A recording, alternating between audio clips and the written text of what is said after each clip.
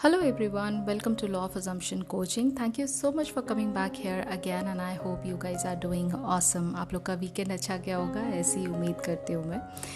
Alright, so today we are going to take questions as I promised कि मैं Monday को या तो आपके questions लूँगी या फिर मैं मनी affirmations या किसी specific topic पर मैं affirmation based video बनाऊँगी, but इतने ज़्यादा suggestion नहीं आए, so I prefer taking questions instead. So अभी का question है from मनीषा. इन्होंने ये question पूछा है कि हम feeling को कैसे create करें, और similar type का question पूछा है नीलम जी ने, जिन्होंने ये कहा है कि मुझे मेरे affirmations फील नहीं होते, मैं क्या करूं, और डिज़ायर मेरे लिए बहुत ज़रूरी है. तो दोनों के लिए मेरे पास एक सिंपल सा सोल्यूशन है. देखिए, फीलिंग जो है ना वो इसलिए आपके अंदर क्रिएट नहीं हो रही है क्योंकि आपका प्राइमरीली जो फोकस है वो सिर्फ और सिर्फ 3D के ऊपर है. यानी आप इतना ज़्यादा 3D में इन्वॉल्व हैं कि जब भी आप सेंस ऑफ फुलफिलमेंट की बात सोचते हैं तो वहाँ पर आपका जो लॉजिकल ब्रेन है, लॉजिकल माइंड है, वो आपको डोमिनेट करने लग जाता है और वो आपको बार बार डाउट्स और फियर के ट्रैप में उलझा देता है. तो अक्सर ये आपने महसूस किया होगा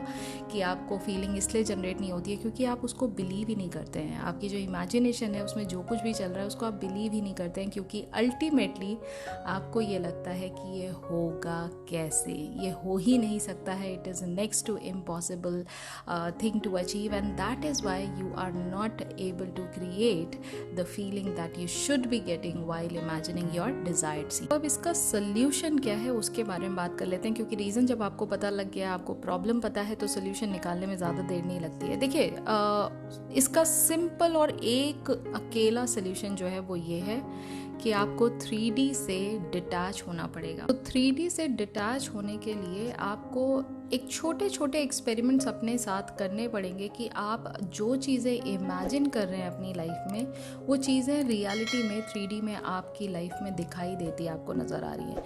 होता क्या है, देखिए मैं आपको ना एक बहुत स्ट्रेट फॉरवर्ड और बहुत ब्लंट बात बताती हूँ यहाँ पे, विदाउट शुगर कोटिंग इट. हम ना कोई टेक्निक सीखते हैं, हम कोई एक नई चीज़ सीखते हैं, चाहे वो मैनिफेस्टेशन का नॉलेज हो, चाहे वो लॉ ऑफ अजम्पशन का कोई टेक्निक हो, चाहे वो किसी भी कोच से आपने एक नया चीज़ सीखा है, आप इमीडिएटली उसको लेते हैं और अपनी जो डिज़ायर है उसके ऊपर अप्लाई करना चालू कर देते हैं. ये वो वाली बात है कि आपने मैथ्स का एक चैप्टर पढ़ा और सीधे आप बोर्ड के एग्ज़ाम में बैठ गए. आपको लगता है कि आप उस बोर्ड के एग्ज़ाम को क्लियर कर पाएंगे? आपको लगता है कि without practicing the knowledge what you have attend you are going to get 100 out of 100 marks? You decide, you tell me, is it possible और नॉट. और आप मुझे बताइए कि क्या ये रियलिटी है या नहीं. ये 100% यही प्रॉब्लम होती है कि हम लोग अक्सर जो भी चीज़ नहीं सीखते हैं उसको सीखने के बाद without even like trying it on anything small, you just take a big leap. आप तुरंत के तुरंत जंप करते हैं सीधे अपनी डिज़ायर पे क्योंकि इतना ज़्यादा डेस्परेशन होता है.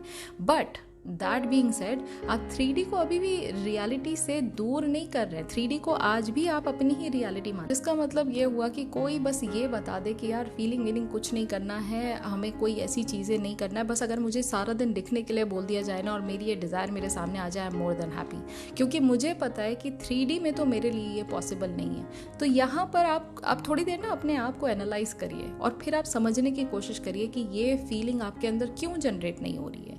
सारा का सारा जो एपिसेंटर है वो आपके लॉजिकल थिंकिंग पर आकर रुक जाता है. आप जब भी अपनी डिज़ायर के बारे में सोचते हैं, even though you want that desire like anything, लेकिन डेस्परेशन के अलावा जो आपका प्राइमरी फोकस है वो 3D के ऊपर है. That is why you don't feel anything even in your imagination. मतलब ये वो वाली बात है कि आप इमेजिनल एक्ट में एक पॉसिबिलिटी को होता हुआ देख रहे हैं, आप उस पॉसिबिलिटी को इमेजिनेशन में भी एक्सेप्ट नहीं कर पा रहे हैं. अब आप सोचिए आप कितना ज़्यादा 3D की तरफ फोकस्ड हैं. ठीक है, तो ये तो हो गया एक मेन कॉज कि क्यों आपके साथ ऐसा हो रहा है. अब इसको चेंज कैसे करना है? इसको चेंज करने के लिए जो सबसे सिंपल तरीका है वो ये है, जब भी आप रात को इमेजिनल एक्ट यानी SATS, state akin to sleep, जो मैंने आपको बताया, सिखाया है, जब आप वो करने बैठे, अपना एक डिज़ायर्ड सीन जब आप डिसाइड करके उसको इमेजिनल एक्ट में देखने के लिए बैठे, उससे पहले कम से कम 15 to 20 मिनट्स के लिए, अगर खींच सकते हैं आप तो 30 मिनट्स के लिए करिए। आप बहुत ज़्यादा डिफरेंस फील करेंगे बिफोर एंड आफ्टर में, ठीक है। 20 मिनट्स के लिए मेडिटेशन करिए। Meditation is a must if you are doing any kind of imaginal act. अगर आपको कोई भी चीज़ 3D रियलिटी में जल्दी से जल्दी चाहिए तो सबसे ज़रूरी और टॉप मोस्ट प्रायोरिटी पे मेडिटेशन करना इज़ अ कंपल्शन। बिना मेडिटेशन के अगर आप ये सोच रहे हैं कि आपको रिज़ल्ट जो है वो जल्दी दिखाई देने लग जाएंगे, not possible. And I will tell you the reason why. आप इसको ना थोड़ा अगर डीप में स्टडी करेंगे, मैं इसीलिए बार बार आपको कहती हूँ कि कॉन्सेप्ट्स पर ध्यान दीजिए। जितना ज़्यादा आप कॉन्सेप्ट्स को समझेंगे, जितना ज़्यादा कॉन्सेप्चुअली आप लिटरेट होंगे, जितना ज़्यादा आप डीप इसको स्टडी करेंगे, उतना ही आसान हो जाएगा आपके लिए कोई भी चीज़ मैनिफेस्ट करना, क्योंकि अब आप ऊपरी तौर पे सरफेस लेवल की नॉलेज आप नहीं रख रहे। तो मेडिटेशन से आप एक डिस्टेंस क्रिएट करते हैं अपनी कॉन्शियसनेस और अपने थॉट्स के बीच में। इसका क्या मतलब है?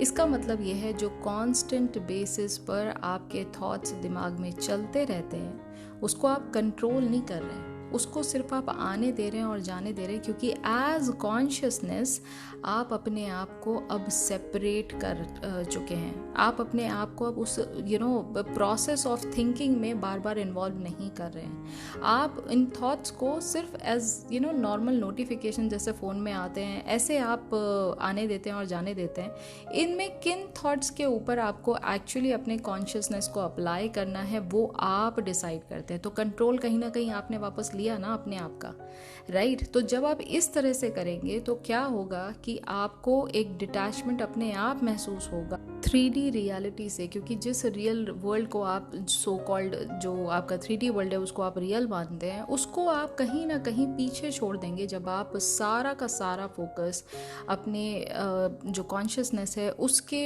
ओरिजिनेशन पर लगाएंगे। तो दोनों में ये एक तो डिफरेंस आ जाता है। तो जैसे आप मेडिटेट करते हैं आपका माइंड जो है वो शांत होता है। नंबर ऑफ थॉट्स जो 1 मिनट में पहले आप कितने सारे रैंडम थॉट्स यहाँ वहाँ के आप सोच रहे थे, अब वो धीरे धीरे करके शांत आप देखेंगे कि वो भी काम डाउन हो रहे हैं, वो भी नंबर ऑफ थॉट्स इतने नहीं आ रहे हैं। और अब जब आपका माइंड ऑलरेडी शांत है, आपका mind almost free of anything है, यानी कंप्लीट ब्लैंक स्टेट नहीं है, लेकिन फिर भी कहीं ना कहीं आपने उसमें एक खाली जगह आप छोड़ी है। अब उसके बाद जब आप इमेजिनल एक्ट को करेंगे तो उस इमेजिनल एक्ट को आप रियलिटी के तौर पे देखेंगे, पहली बात। दूसरी बात, जब भी आप 5 सेंसेस का इस इमेजिनल एक्ट में यूज़ करते हैं वो ऑटोमेटिकली इमेजिनेशन रियलिटी में कन्वर्ट हो जाता है, क्योंकि रियलिटी जो आप देखते हैं, जो आप सुनते हैं, जो आप महसूस करते हैं, जो आप स्मेल करते हैं, ये सारी चीज़ें मिलकर एक एक्सपीरियंस बनाती हैं। तो यही सारी चीज़ें तो हम इमेजिनल एक्ट में भी कर रहे हैं। और अब आपको इमेजिनल एक्ट में ड्वेल करना है, यानी जितना हो सके इस इमेजिनल एक्ट में अपने आप को भुला दीजिए, बिल्कुल खो जाइए इस इमेजिनल एक्ट में कि कितना अमेजिंग ये सीन है जिसमें आपकी डिज़ायर आपकी आंखों के सामने फुलफिल होती है, आपको दिखाई दे रही है। आप करके देखिए, जिस तरह से मैं आपको बता रही हूँ, फीलिंग आएगी ही आएगी। अब होता क्या है, जब आपको वो फीलिंग एक बार जनरेट होने लग जाए, अब उस फीलिंग को एकदम से नहीं होगा, इसमें टाइम लगता है। अब उस फीलिंग को आप रिकॉल करिए, पूरा इंटायर फोकस उस फीलिंग ऑफ फुलफिलमेंट की तरफ आप लगा दीजिए, भले चाहे वो 5 सेकेंड के लिए आप फील कर रहे हैं, लेकिन जब आपको ये एहसास होगा कि अच्छा ये होती है फीलिंग ऑफ फुलफिलमेंट, ठीक है। अब आप जब नेक्स्ट टाइम इसी इमेजिनल एक्ट को दोबारा दोहराएंगे, कोशिश करके अब इस फीलिंग ऑफ फुलफिलमेंट पर टाइम ज़्यादा लगाइए, उसको बार बार और डीप लेवल पे जाके महसूस करने की कोशिश करिए।